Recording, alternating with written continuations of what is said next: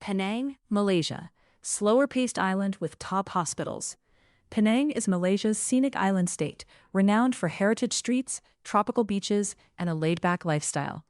For many retirees and expats, it offers a blend of modern amenities with an easygoing pace. In terms of safety, cost, healthcare, and lifestyle, Penang often feels more relaxed than Kuala Lumpur, but still has big city comforts. This guide examines Penang's safety, neighborhood rents, notably Tanjung Tokong, Tanjung Bungah, and Georgetown, monthly budgets for retirees and families, the Malaysia My Second Home (MM2H) program, private healthcare quality, tax rules on foreign income, and lifestyle factors like climate, walkability, and travel connections. We also highlight trade-offs, from job opportunities to traffic and tourism, and benchmark Penang against Chiang Mai, Thailand, and Da Nang, Vietnam. By the end, you'll have a data-backed portrait of Penang's real upsides and downsides for expats. Safety and neighborhoods. Malaysia consistently ranks among the safest countries in Asia, 13th globally in the 2024 Global Peace Index, and Penang in particular is noted for low crime. Official sources point out that Penang consistently ranks as one of Malaysia's safest states, with very rare violent crimes and only occasional petty theft. Expats and families report feeling secure, even at night in most areas. The only notable safety concern is the busy traffic, see below. But for personal crime, Penang is generally very safe. Penang's expat-friendly neighborhoods include Georgetown, the island's downtown and UNESCO heritage core, and the northern coastal suburbs Tanjung Tokong and Tanjung Bungah. Georgetown's older quarters are walkable and dense with shops and restaurants, and a free city bus, while Tanjung Tokong and Tanjung Bungah have modern waterfront condo towers popular with foreigners. These areas have expat meetups, international schools in Tanjung, and lots of amenities, though traffic can be heavy. Housing and rents. Rental prices vary widely by area. In central Georgetown, you can find modest one-bedroom apartments for around RM 1,300 to 1,700, USD 290 to 380 per month.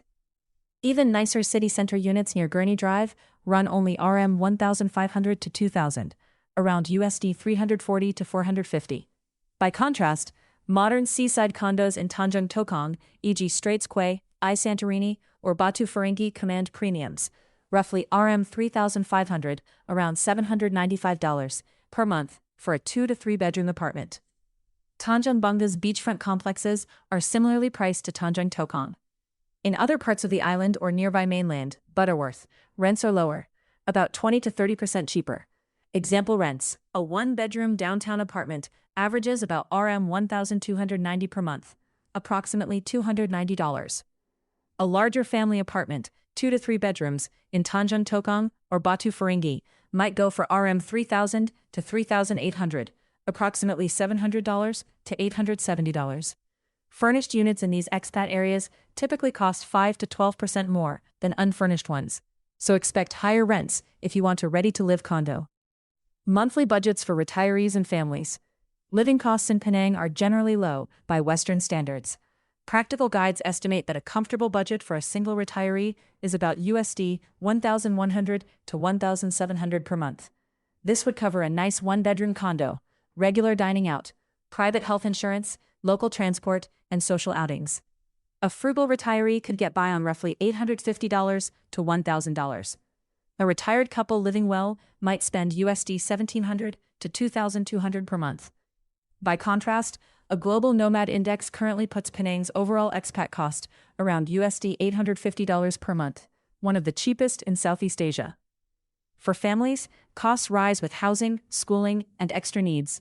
One expat budget analysis finds that 2 adults plus 2 children might require around RM 8,000 to 12,000 per month, about USD 1,800 to 2,700, to cover a 3-bedroom condo, food, local transport, and incidentals. International school fees, about RM $1,500 to $5,000, or USD 340 to 1,130 per child per month, are a big variable.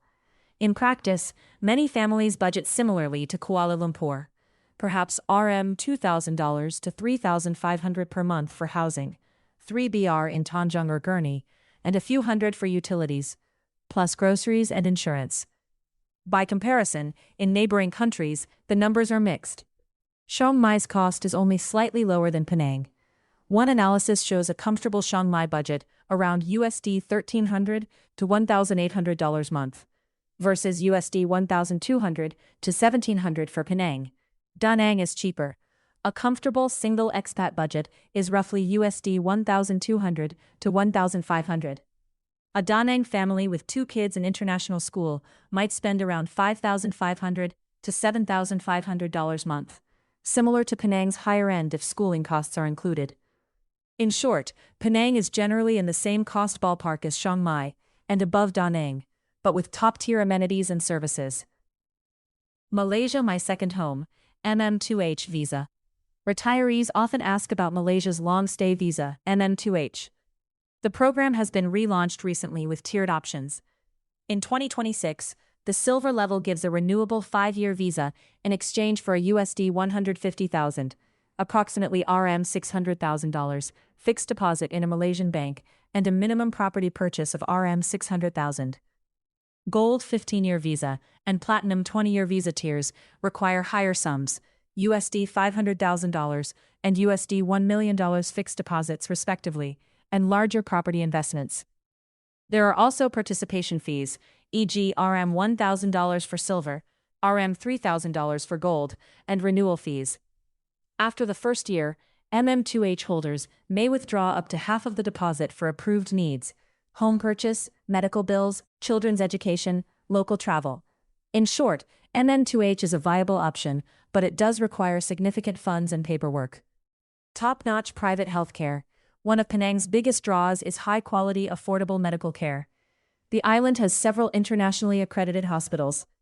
For example, Penang Adventist Hospital, over 600 beds, holds Joint Commission International (JCI) accreditation, and Island Hospital is accredited by the Malaysian Standards in Healthcare and by the Australian Council on Healthcare Standards (ACHS). These hospitals have centers of excellence in cardiology, oncology, etc., and many English-speaking, Western-trained doctors. In fact, an expat guide notes Penang offers world-class medical care at far lower costs than Western countries. Healthcare is so affordable here that many expats even choose to pay out of pocket rather than buy expensive insurance. Consultation fees are very low, around RM 50 to 120 US dollars to $30 for a doctor's visit. A survey of top Malaysian hospitals found specialist visit fees of only about $17 to $33 USD, compared to $43 to $87 in Thailand. Prescription drugs and dental care are similarly cheaper. All told, Penang's healthcare rivals any in Asia, rivaling Bangkok or Singapore hospitals, but at a fraction of the cost, making it a major plus for retirees and families. Tax on foreign income. Malaysia uses a territorial tax system. Only income sourced within Malaysia is taxed. In practice, this means foreign pensions, investment income, or remittances are not subject to Malaysian income tax, as long as they originate overseas. Importantly, the government has extended this exemption through 2036. So expats can, for now, bring in overseas earnings without Malaysian tax.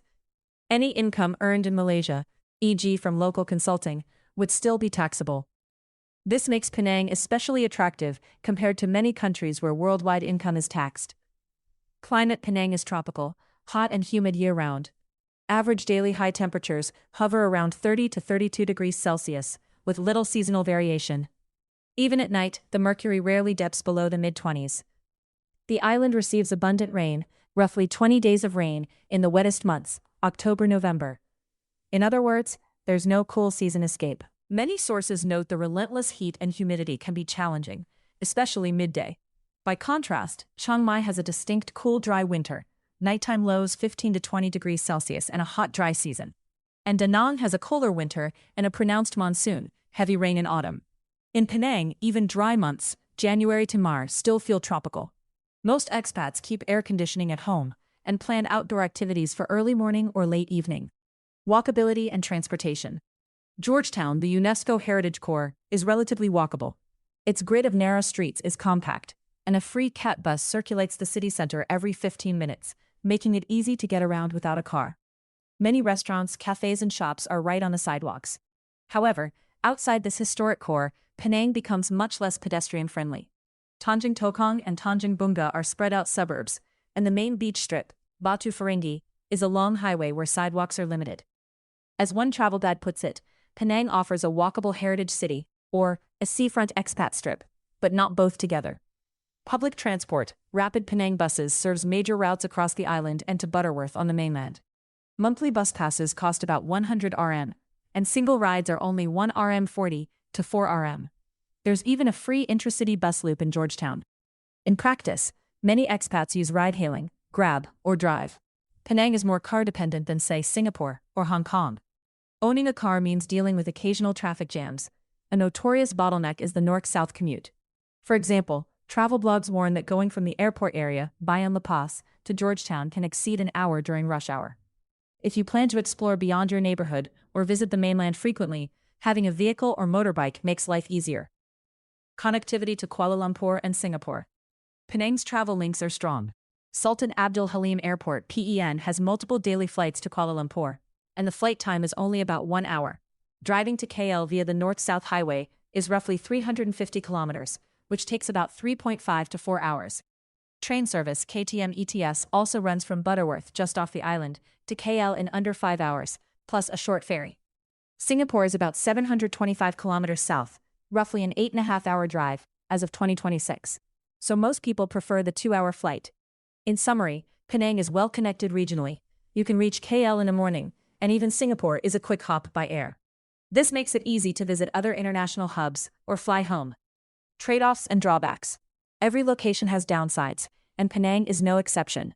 One major trade-off is the limited job market.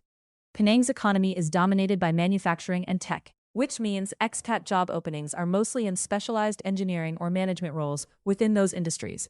Bamboo Roots notes that the jobs most open to non-Malaysians are things like senior engineering, operations management, or supply chain specialist positions in high-tech firms. In short, if you are not relocating with a company or having a skilled tech offer, finding work in Penang can be harder than in a bigger city. This is unlike Chiang Mai or Da Nang, where tourism, English teaching, or small businesses may offer more English-friendly opportunities. Relatedly, Penang is not a walk-in restaurant job market. Locals fill most service roles. Expect to rely on a work visa, employment pass, or independent income. This narrower job landscape is the price of Penang's quieter lifestyle. Another issue is traffic and car dependence. As mentioned, the island's 2-lane roads can bottleneck, and public transport outside the core can be slow or infrequent. Most households own at least one car or scooter. Area pollution and congestion, especially between Georgetown and the airport area, are often cited by residents. On hot days, traffic jams can make commutes unpleasant. In contrast, Chiang Mai is larger geographically but also suffers serious traffic. Many use bikes, and Da Nang's roads are improving, but still prone to rush hour backup. Finally, tourism congestion can be a factor. Georgetown's heritage zones are always busy with visitors. Streets like Love Lane or Armenian Street can be very crowded on evenings and weekends, which some expatriates find a nuisance. Similarly, the Batu Ferringhi beach area sees heavy crowding during school holidays. Compared to Chiang Mai's Old City, packed with tourists, or Da Nang's Han River waterfront, Penang's hotspots are quite active. Penang versus Chiang Mai and Da Nang. To put Penang in perspective, Chiang Mai, Thailand. Chiang Mai has a large expat retiree community and often vies with Penang. It is slightly cooler in winter and heavy on tourist-oriented services. A seat-of-the-pants cost comparison shows any savings are small. Chiang Mai overall is only a few % cheaper than Penang. On essentials, Penang actually undercuts Chiang Mai in some areas. For example, electricity and transportation costs are much lower in Malaysia. Healthcare in Chiang Mai benefits from multiple JCI-accredited hospitals, Bangkok Hospital Chiang Mai, etc. But private care is more expensive per visit. Visas are a big difference. Malaysia's veteran MM2H provides renewable multi-year stays, e.g. 5-year silver tier, whereas Thailand's retirement visa, non-OA, requires annual renewal and a THB 800,000 bank balance, plus extra reporting. English is widely spoken in Penang. Education business are conducted in English, often more so than in Chiang Mai.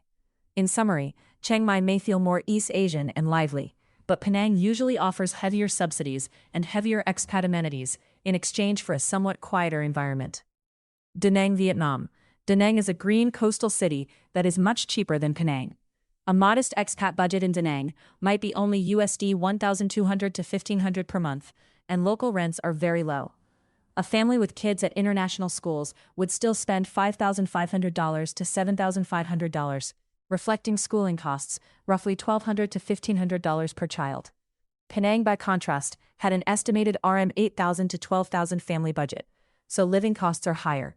On the plus side, Penang's infrastructure, roads, clinics, international airport, is more mature. English is more common in Malaysia. In Da Nang, most signage and government business is in Vietnamese. Healthcare in Da Nang is developing. Emergency care is available, but for major procedures, many still go to Ho Chi Minh City or abroad. Vietnam also lacks a retiree visa. Expats typically juggle business visas. Finally, Da Nang's climate has a pronounced monsoon and occasional typhoons, whereas Penang's weather is just steadily tropical. Many people choose Da Nang for wallet-friendly living, but Penang offers greater stability, service quality, and expatriate support in return for a higher cost. Conclusion. In short, Penang offers a safe, English-friendly environment with world-class healthcare and relatively low costs, set against a gentle tropical backdrop. It is slower and smaller than Kuala Lumpur, yet still far more cosmopolitan and well-equipped than many Asian smaller cities. For retirees and families, the math often works. Moderate budgets yield very comfortable living. The Malaysia My Second Home visa provides a clear pathway to a multi-year stay. On the flip side, Penang's job market isn't large for outsiders, and daily life can involve driving and dealing with traffic congestion. Compared to Chiang Mai or Da Nang, Penang's appeal is in its full-service lifestyle, especially medical care and visa ease, whereas those others may offer cheaper day-to-day living or distinct climates. Any prospective expat should weigh these factors. Fortunately, statewide data-backed sources confirm Penang's strengths, safety, affordability, healthcare, and honestly highlight the quirks: heat, traffic, tourist crowds. Ultimately, for many Western expats, particularly retirees and remote workers, Penang ticks almost every box. It is a slower-paced island with top hospitals that just might be the right fit for your next move. All links to sources are available in the text version of this article. You can find the full article at movingabroad.life. Thanks for listening. Thanks for listening to Moving Abroad Life. If this episode helped you get closer to your next move, make sure to subscribe so you never miss a new deep dive. For the full written breakdown, comparison data, and relocation resources, open your browser and type movingabroad.life right into your address bar. That's movingabroad.life, 2 words, movingabroad.life. New research drops multiple times a week.